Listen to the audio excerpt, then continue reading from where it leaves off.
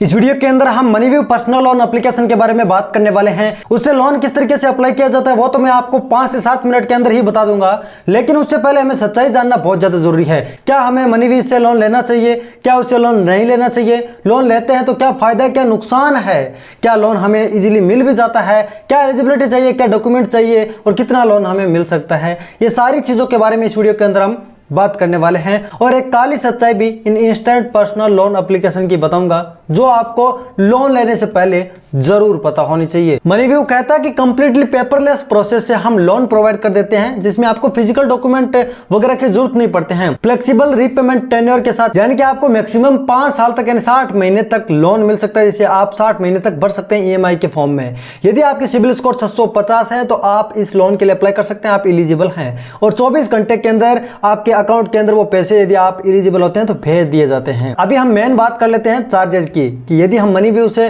Loan ले रहे हैं तो चार्ज कितना लगेगा, रेट ऑफ इंटरेस्ट कितना लगेगा। इनका कहना है कि 1.33% से हम स्टार्ट करते हैं, कि करीबन 16% रेट ऑफ इंटरेस्ट से हम लोन स्टार्ट करते हैं।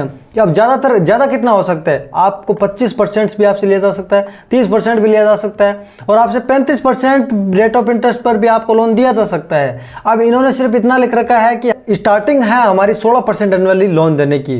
अब आपको जब आप अप्लाई करेंगे लोन के लिए तो आपको वहाँ पर दिखा देता है कितने % से आपको लोन मिल रहा है। यदि आपको 16-17% में मिल रहा है और आपको लगता है कि आपके लिए सही है तो ले लेना, अदरवाइज वहीं पे उसे कट ऑफ मार देना। ठीक है, प्रोसेसिंग फीस की बात करते हैं तो 2% की प्रोसेसिंग फीस लगती है। अब मान लेते हैं कि आपको 1 लाख रुपए का लोन मिल जाता है। अब 1 लाख रुपए का लोन आपको मिलता है, अब 2% से यहाँ पर या 8% तक कितने भी प्रोसेसिंग फीस ले सकते हैं। स्टार्टिंग बताइए 2%। अब मान लेते हैं कि 5% की प्रोसेसिंग फीस आपके लग जाती है तो आपके अकाउंट में 95,000 रुपये ही ट्रांसफर किए जाएंगे।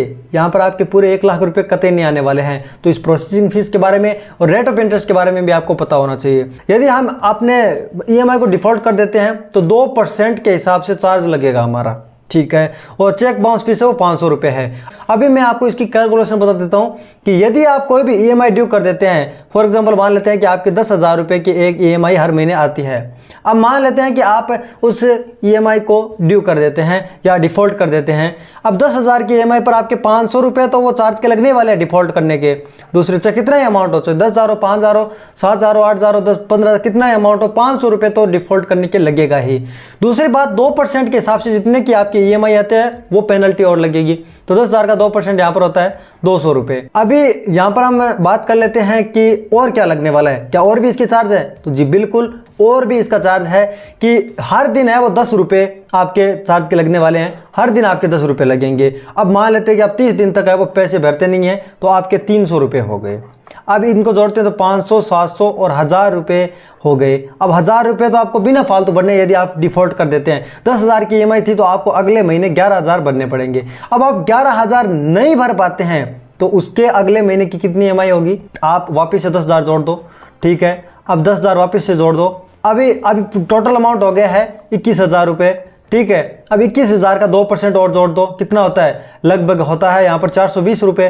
420 रुपये लगेंगे, प्लस 300 रुपये लगेंगे, प्लस 500 रुपये लगेंगे। यहाँ पर 500, 400, 900 और 300 कितने हो गए, 500, 400, 900 और 300 1220 रुपये हो गए। ठीक है, 1220 रुपये आपके और लग जाएंगे चार्ज के। तो और इसी तरह यदि क्रम चलता रहा, आपने 4-5 महीने की EMI ड्यू कर दी ना तो आपके एकदम रगड़ के कटने वाली है, ये समझ लो। यदि आपने 5 से 6 महीने EMI मतलब भरी नहीं है ना तो मतलब इतने खतरनाक टाइप में आप फंसोगे कि मतलब आपका मतलब ऊपर नहीं उठ पाओगे। इतना हो सकता है कि 5 से 7 महीने आपने EMI नहीं भरी है। तो अभी मेरी क्या सलाह है, तो मेरी सलाह यह है कि यदि आपको बैंकों से लोन मिल रहा है, चाहे प्राइवेट सेक्टर बैंक हो या पब्लिक सेक्टर बैंक हो, चाहे SBI, HDFC, ICICI, एक्सिस, किसी भी बैंक से आपको लोन मिल रहा है, आपके सिबिल स्कोर अच्छे, आपकी पर मंथ सैलरी भी अकाउंट में आती है, तो आपको बैंकों की तरफ ही जाना चाहिए। इन मनीव्यू या नावी या किसी भी इंस्टेंट पर्सनल लोन एप्लीकेशन की तरफ नहीं जाना चाहिए यदि बैंकों से मिल रहा है तो।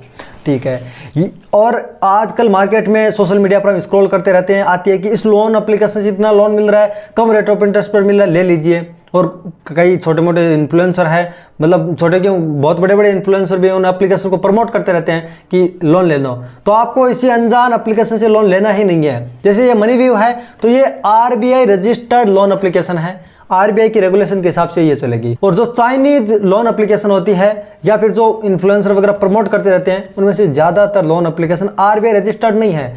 यहाँ पर जो क्रेडिट भी हो गया, नावी हो गया, ट्रू बैलेंस हो गया, मनीव्यू हो गया, ये आरबीआई रजिस्टर्ड लोन एप्लीकेशन है। इससे लोन लेते हैं तो ज़्यादा से ज़्यादा हमारा ये क्या कर लेंगे, तो वो मीम चलता है ना कि यदि हम ईएमआई नहीं भरते हैं तो ज़्यादा से ज़्यादा हमारा क्या कर लेगा, तो ज़्यादा से ज़्यादा इतना तो चार्ज कटेगा। इनका देखो रिकवरी का प्रोसेस अलग है, और जो चाइनीज लोन एप्लीकेशन है वो तो एक तरह से फ्रॉड है। आप मानिए आपको इतना ब्लैकमेल किया जाएगा लोन देने के बाद में, आपसे रुपए बार बार चार्ज किए जाएंगे कि इतने दे दो, इतने दे दो, 5,000 दे दिए, 2,000 दो, नहीं तो तुम्हारी फोटो लीक कर दूंगा, गैलरी वगैरह परमिशन उनके पास चला जाता है लोन लेते हैं। तो उन एप्लीकेशन से आपको छुटकारा लेना है। पहली मैं कहता हूं कि आप ले लीजिए, बैंकों से लोन आपको मिल रहा है तो, यदि नहीं मिल रहा है तो आप इन पर्सनल लोन यानी इंस्टेंट लोन जो आरबीआई रजिस्टर्ड है उन एप्लीकेशन की तरफ जा सकते हैं। एलिजिबिलिटी क्राइटेरिया की बात करते हैं, यदि आपकी उम्र 21 साल से 57 वर्ष के बीच में तो आप इस मनीव्यू पर्सनल लोन के लिए अप्लाई कर सकते हैं। यदि आप सैलरीड पर्सन हैं और आपकी इनकम है या मंथली इनकम है वो 13,500 रुपये से ज़्यादा है तो आप अप्लाई कर सकते हैं। इसमें भी एक कैटेगरी है, वो मैं आपको बताऊंगा किस रीजन के लोगों के लिए कितनी सैलरी होनी चाहिए।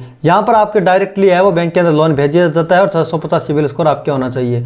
अभी यहाँ पर सैलरी के बारे में बता दिया गया है कि सेल्फ एम्प्लॉयड आप हैं, चाहे कहीं से ही बिलोंग करते हो, 15,000 रुपये कम से कम आपकी मंथली इनकम है वो होनी चाहिए, 15,000 रुपये, ठीक है। और यदि आप किसी भी एरिया से आते हैं छोटे बड़े तो इसमें 13,000 रुपये, यदि आप सैलरीड पर्सन है तो 13,500 रुपये आपकी सैलरी होनी चाहिए। 20,000 रुपये आपकी सैलरी होनी चाहिए यदि आप मुंबई और एनसीआर क्षेत्र से आते हैं, जैसे दिल्ली, नोएडा, गुरुग्राम और यहाँ पर गाजियाबाद और फरीदाबाद से आप आते हैं तो 20,000 रुपये आपकी सैलरी होनी चाहिए, तभी आपको लोन मिलेगा। यदि आप किसी अदर मेट्रो सिटी से आते हैं, मुंबई और एनसीआर को छोड़कर, तो उसके लिए आपको 15,000 रुपये आपकी सैलरी होनी चाहिए। अभी हमें डॉक्यूमेंट की बात करते हैं तो आधार कार्ड आइडेंटिटी प्रूफ के तौर पर चल जाएगा, एड्रेस प्रूफ के तौर पर आधार कार्ड चल जाएगा, और इनकम प्रूफ में आपको 3 महीने का बैंक स्टेटमेंट या सैलरी स्लिप दिखानी पड़ती है। तो चल गया पता आपको इनके बारे में।